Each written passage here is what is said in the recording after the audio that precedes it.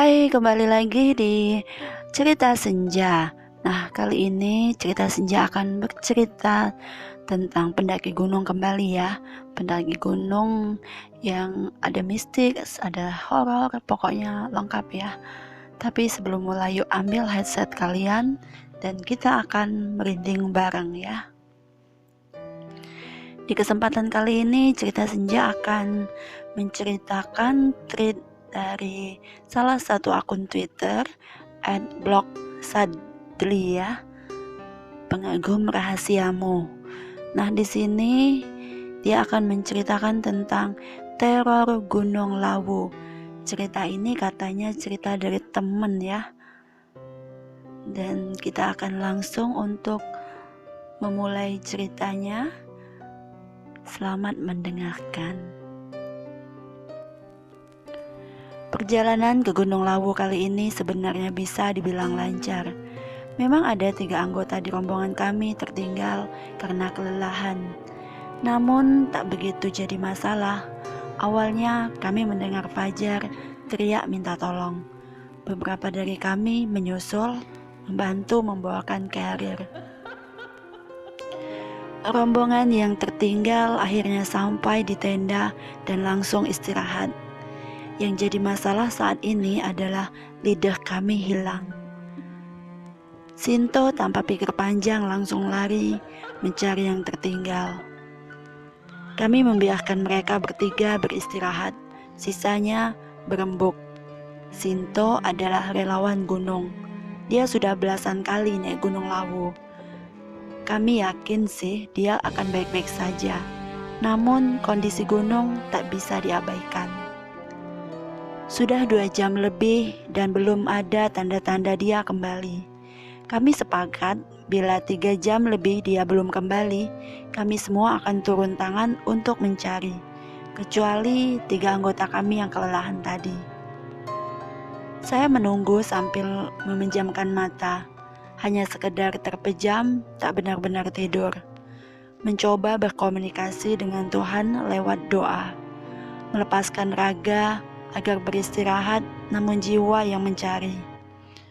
Dalam bayangan yang tak begitu jelas, ada langkah kaki setengah cepat, lalu saya tanya, di mana dia? Seolah-olah ada suara, kancamu karo putuku, engko lak balik. Jadi kalau diterjemahin, temanmu bersama cucuku, nanti juga kembali. Seketika saya membuka mata. Entah apa yang terjadi saat memejamkan mata tadi. Saat itu rasanya sedikit panas. Sementara Fitri sambat kedinginan. Ini aneh. Spontan bertanya kepada teman-teman, apakah dia sudah kembali? Pertanyaan yang berulang kali terucap. Yang lain hanya menggelengkan kepala, seperti tersisir mata. Kemudian saya kembali terpejam. Rasanya tak lama terpejam dan Sinto sudah ada di tenda. Makan tempe sambil bercerita. Hanya sepotong mendengar ceritanya karena saya sudah benar-benar tidur.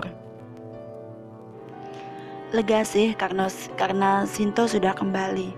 Sepulang dari Lawu, dia menceritakan kronologinya dan saya sungguh tercengang. Trek dari pos 5 menuju pos sebelumnya sudah ada 1 jalur. Misal ada jalur bercabang, juga tak beberapa jauh. Itulah alasan kenapa tadi saya katakan harusnya Sinto berpapasan dengan 3 anggota yang tertinggal.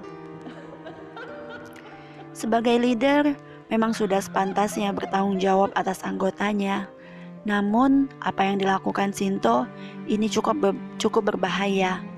Turun tangan seorang diri untuk mencari tanpa koordinasi dan tanpa mementingkan keselamatan diri.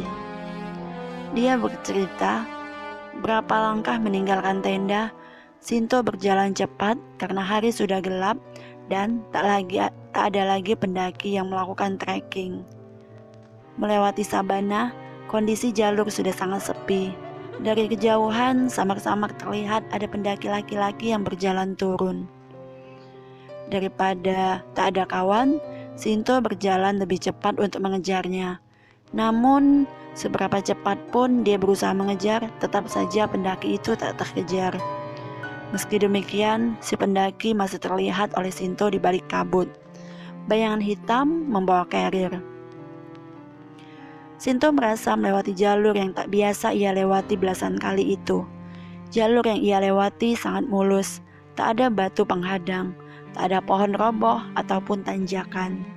Saking mulusnya, sampai tak sadar, dia sudah tiba di pos air. Bagaimana bisa secepat itu, pikirnya. Kami semua terakhir berpapasan dengan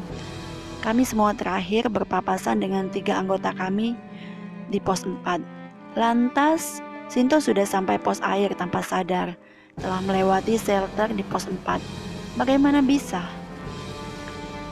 bisa tidak sadar melewati bangunan sebesar gubuk di pos 4? Tanpa memusingkan hal itu, Sinto lantas tidur.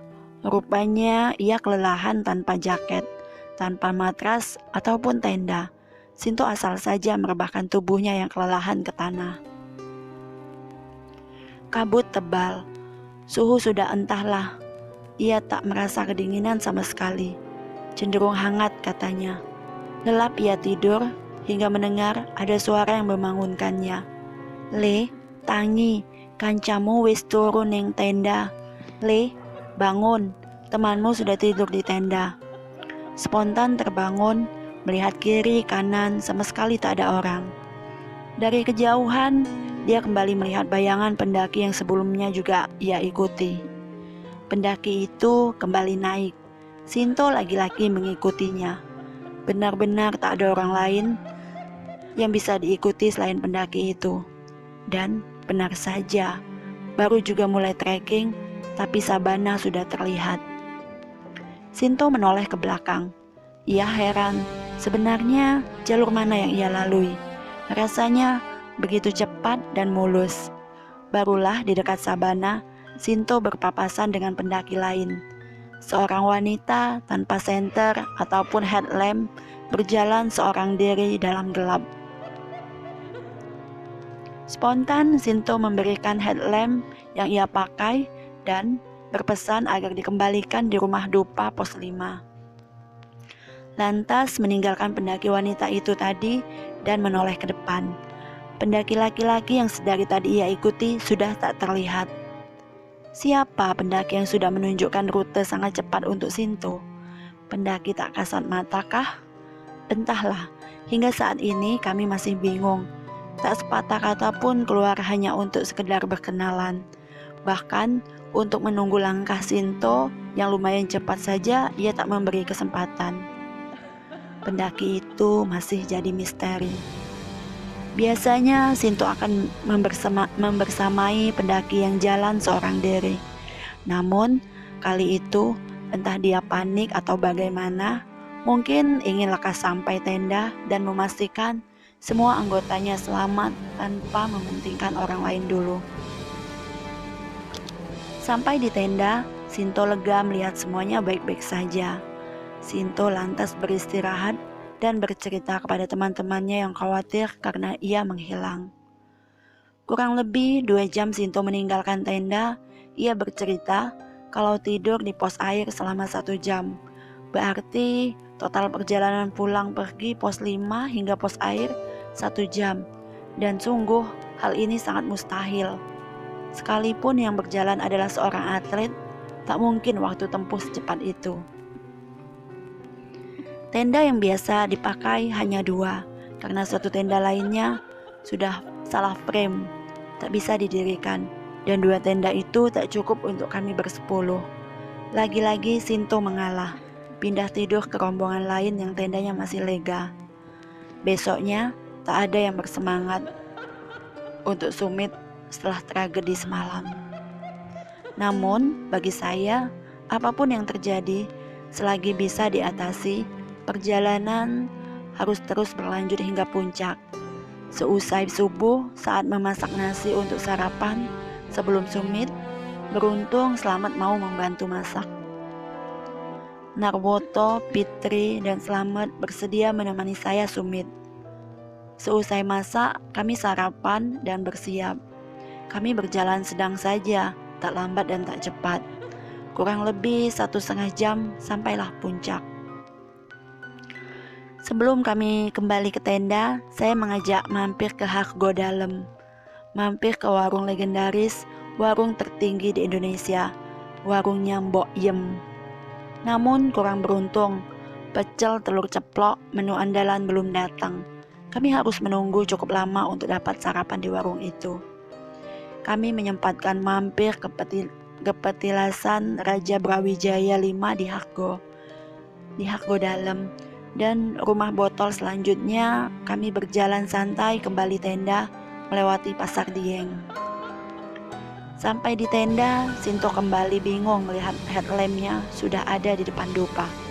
Saya berpendapat bahwa pendaki yang ia pinjami headlamp itu bukan benar-benar pendaki. Logikanya, bila dia ngecamp di pos 5 bersama kami, Sinto akan gampang menemuinya dengan satu lokasi. Bila ia camp di Gupak Menjangan di atas pos 5, dia akan mengembalikan paginya dan menemui Sinto untuk mengucapkan terima kasih. Karena pendaki wanita itu tadi otomatis masih membutuhkan headlamp hingga Gupak Menjangan. Jarak antara Gupak Menjangan dan pos 5 masih lumayan jauh. Kalau saya pribadi yang jadi pendaki itu, saya pilih menggunakan headlamp hingga Gupak Menjangan dan mengembalikannya esok hari. Intinya, mau camp dimanapun, harusnya pendaki wanita itu menemui Sinto. Tapi kenyataannya headlamp sudah ada di rumah dupa pagi hari.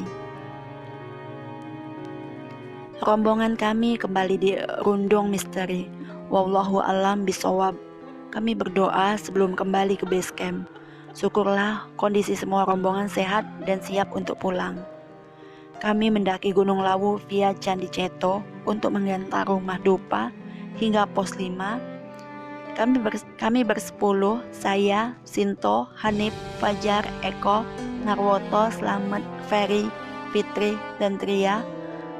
Perasaan takut, sedih, sekaligus bahagia telah menuntaskan misi.